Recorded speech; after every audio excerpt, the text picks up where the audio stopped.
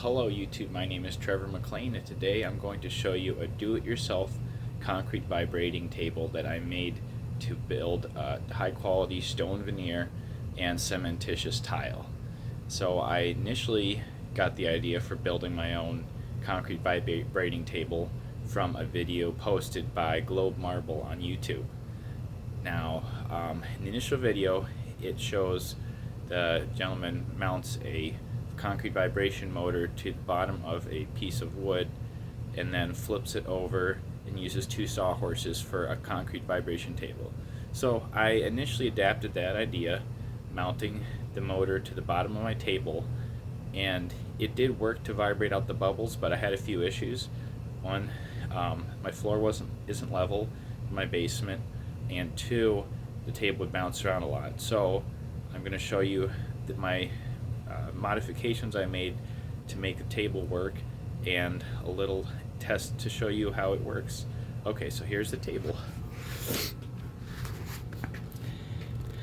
So the first thing I did was I put a non-stick water resistant surface on the table. So this is melamine board you can get from any hardware store. I think it's about a half-inch thick, but I'm using 1/4 inch diameter bolts with washers on each side of the table, and then lock washer and nut, and with 6 different holes and bolts it seems to hold it quite well. This also resists staining and it resists concrete from sticking to the table. So in order to deal with the other issues, I had to come up with this design. So what I did, you can see these are 2x4s and 2x6s. So I screwed the 2x6 to 2x4s, and then I squared off this frame, and I used a powder-actuated nail gun to drive the nails to secure it directly into the concrete. After that, there were a few little gaps like at the corners. So what I did is I mixed a bag of SandMix cement and I built up a little berm all along the inside wall, and then I poured self-compacting concrete into the actual base so that it would level. And self-compacting concrete, if people that don't know it, it'll usually settle ideally to a level position. So I had to use about 2 bags of self-compacting concrete, and as you can see, it actually holds water here. So sometimes I have to remove the water if it builds up after I wash one of my prints down. Okay, so this now is a level surface, and it contains the table.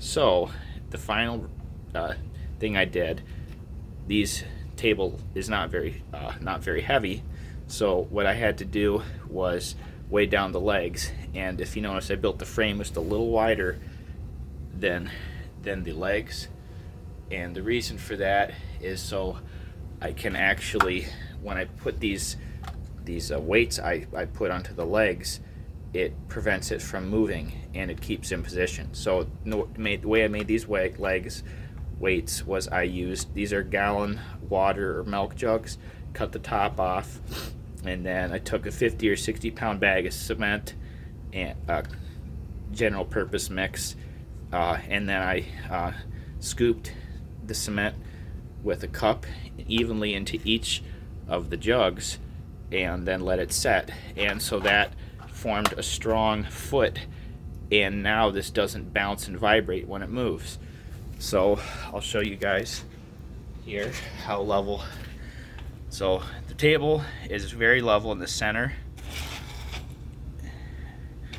but it's not as level as you go to the edges, but it's not super critical as I try and just keep my main pores right in the center.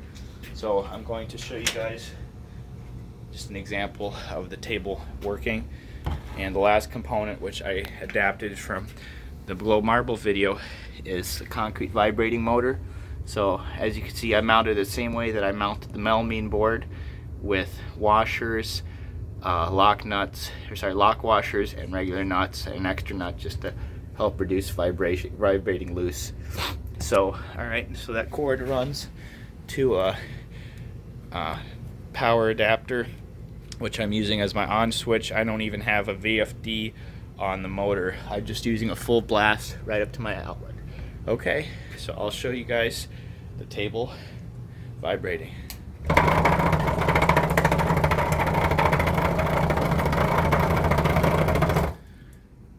So just like in the Globe Barn Bowl videos, they say you should vibrate for about a minute your molds after you pour them to reduce air bubbles, and I found it works quite well.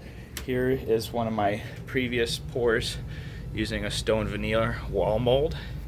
So as you can see, pretty nice definition. A couple little air holes in some of that too. I think I put a little too much pigment when I did this casting, but I've done it without any pigment before, and I had 0 air bubbles.